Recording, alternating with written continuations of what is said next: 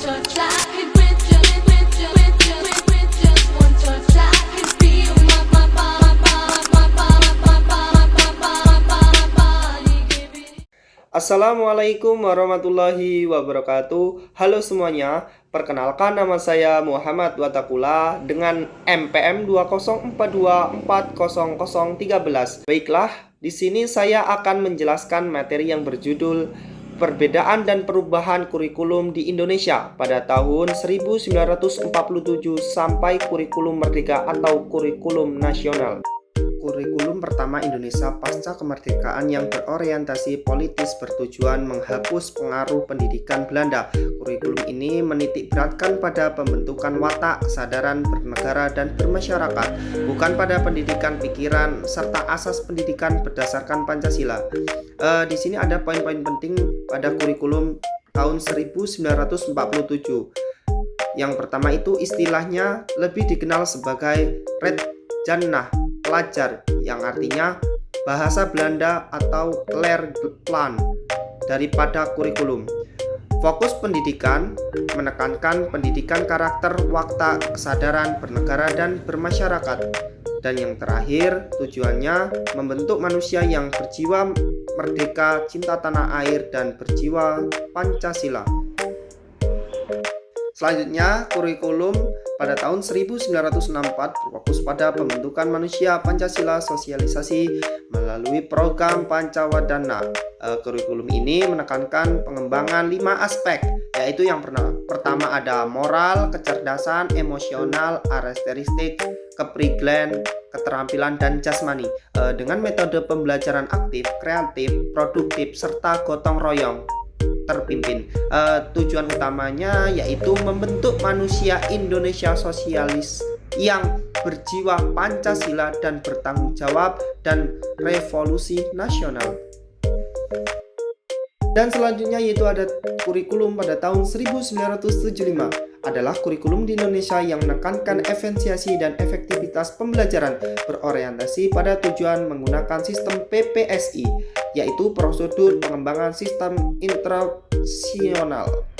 Kurikulum ini memperkenalkan pendekatan sistematis suatu pembelajaran dan tujuan instruksional. Dan selanjutnya yaitu ada kurikulum pada tahun 1984,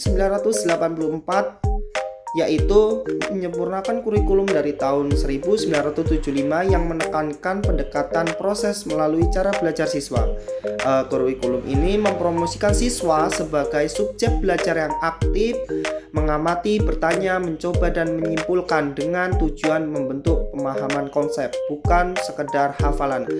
Ciri khas dan karakteristiknya kurikulum pada tahun 1984 yakini yang pertama ada pendekatan CBSA. Apa itu pendekatan CBSA?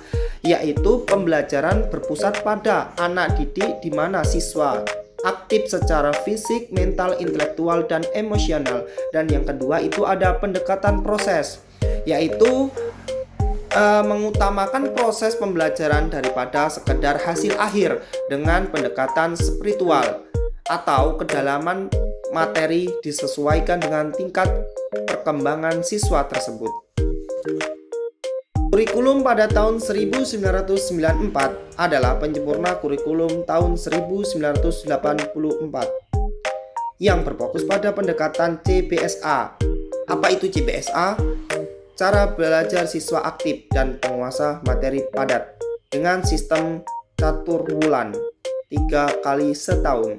Kurikulum ini bersifat sentralistik, menerapkan suatu standar nasional di seluruh Indonesia, serta berorientasi kognitif yang dinilai terlalu berat bagi siswa. Berikut adalah ada poin-poin yang harus kita ketahui mengenai kurikulum tahun 1994. Yang pertama ada sistem pembelajaran. Apa itu sistem pembelajaran? Yaitu menggunakan sistem catur ulang di mana 1 tahun ajaran dibagi menjadi 3 tahap belajar. Dan yang kedua ada karakteristik utama. Yang pertama ada sentralistik, yaitu materi dan pedoman ditentukan oleh pemerintah pusat. Dan yang kedua ada padat materi, yaitu menuntut siswa menguasai banyak materi pelajaran. Dan yang ketiga itu ada pendekatan CBSA, yang artinya berusaha mengaktifkan siswa secara mental, fisik, dan intelektual. Selanjutnya ada kurikulum berbasis kompetensi atau KBK pada tahun 2004. Kurikulum pendidikan di Indonesia yang berfokus pada pencapaian kemampuan, kompetensi, serta didik meliputi pengetahuan, keterampilan, dan sikap daripada sekedar penguasa materi. Pendekatan ini menekankan pembelajaran konseptual agar siswa mampu menerapkan pengetahuan dalam kehidupan sehari-hari. Poin-poin utama KBK 2004. Yang pertama ada fokus pada hasil dan proses, dan yang kedua ada pendekatan belajar, dan yang ketiga ada peran guru. Dan selanjutnya yaitu ada kurikulum pada tahun 2013 atau K13. Kurikulum berbasis kompetensi yang menekankan keseimbangan antara sikap, spiritual, sosial, pengetahuan, dan keterampilan. K13 ini bertujuan membentuk siswa berkarakter dan kreatif melalui pendekatan saintifik atau mengamati, menanya, mencoba, menalar, mengomunikasi, dan tematik. Kurikulum ini berfokus pada pendekatan terpadu dan pembelajaran aktif. Tujuan utamanya yaitu menghasilkan lulusan yang produktif, kreatif, inovasi, dan efektif berdasarkan pada penguatan sikap, keterampilan, dan pengetahuan yang terintegrasi. Selanjutnya ada kurikulum Merdeka 2021 sampai sekarang. Kurikulum Merdeka adalah inisiatif pendidikan Indonesia yang diluncurkan pada tahun 2021 oleh Kementerian Pendidikan, Kebudayaan, Riset, dan Teknologi, Kemendikbud Ristek, sebagai alternatif dan pengembangan dari kurikulum 2013 atau K13 serta kurikulum darurat yang digunakan selama pandemi COVID-19, yaitu Corona, yang disebut Corona. Dan tujuannya yaitu adalah mewujudkan pembelajaran bermakna dan efektif, meningkatkan keimanan dan ketakwaan serta akhlak mulia, menumbuhkan cipta rasa dan karsa siswa agar menjadi pelajar sepanjang hayat dengan karakter Pancasila. Kurikulum Merdeka pada tahun 2024 telah ditetapkan sebagai kurikulum nasional tahun 2024 sesuai Perkendikbud Ristek nomor 12 tahun 2024, sehingga sebelumnya yang disebut kurikulum nasional umumnya merujuk pada kurikulum 2013. Ada tujuannya yaitu kurikulum 2013 mempersiapkan siswa menjadi pribadi yang beriman, produktif, kreatif, inovatif, dan efektif.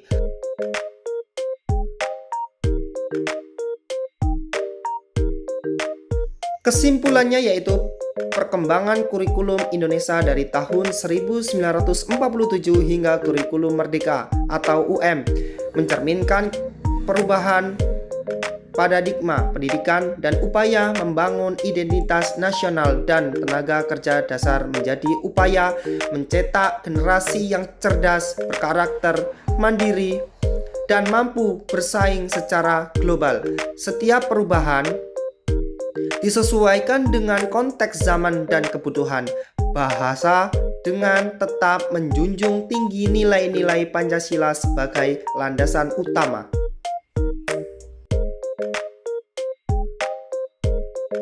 Demikianlah materi yang bisa saya sampaikan. Bila mana ada kekurangan, kesalahan, kekeliruan, saya mohon maaf, kepada Allah saya mohon ampun, dan saya akhiri. Wallahu mu'afiq ila afwa min thoriq. Wassalamualaikum warahmatullahi wabarakatuh.